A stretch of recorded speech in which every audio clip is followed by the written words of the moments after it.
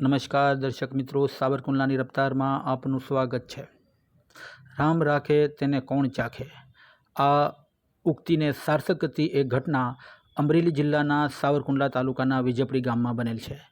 સાવરકુંડલાથી 30 kilometre દૂર આવેલા વિજપડી ગામમાં આવેલા પુલ પાસે સત્તાધારથી મહુવા તરફ જતી અલ્ટો કારના ડ્રાઈવરે સ્ટીયરિંગ પર કાબુ ગુમાવતા અકસ્માત સર્જાયો હતો અને પુલની ડિવાઈડરની ઈગલ કારની આરપાર નીકળી ગઈ હતી। કારમાં 5 લોકોને હતા પણ એક પણ વ્યક્તિને કોઈ પણ જાતની ઈજા પહોંચી નહોતી।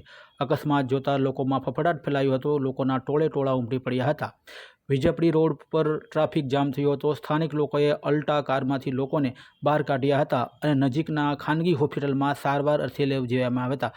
કોઈ પણ વ્યક્તિને કોઈ પણ પ્રકારની ઈજા થઈ ન હતી, તેમજ તેથી જ રામ રાખે તેને કોણ ચાખે તે સાર્થક ઉક્તિ આ અકસ્માતમાં થવા પામેલ હતી।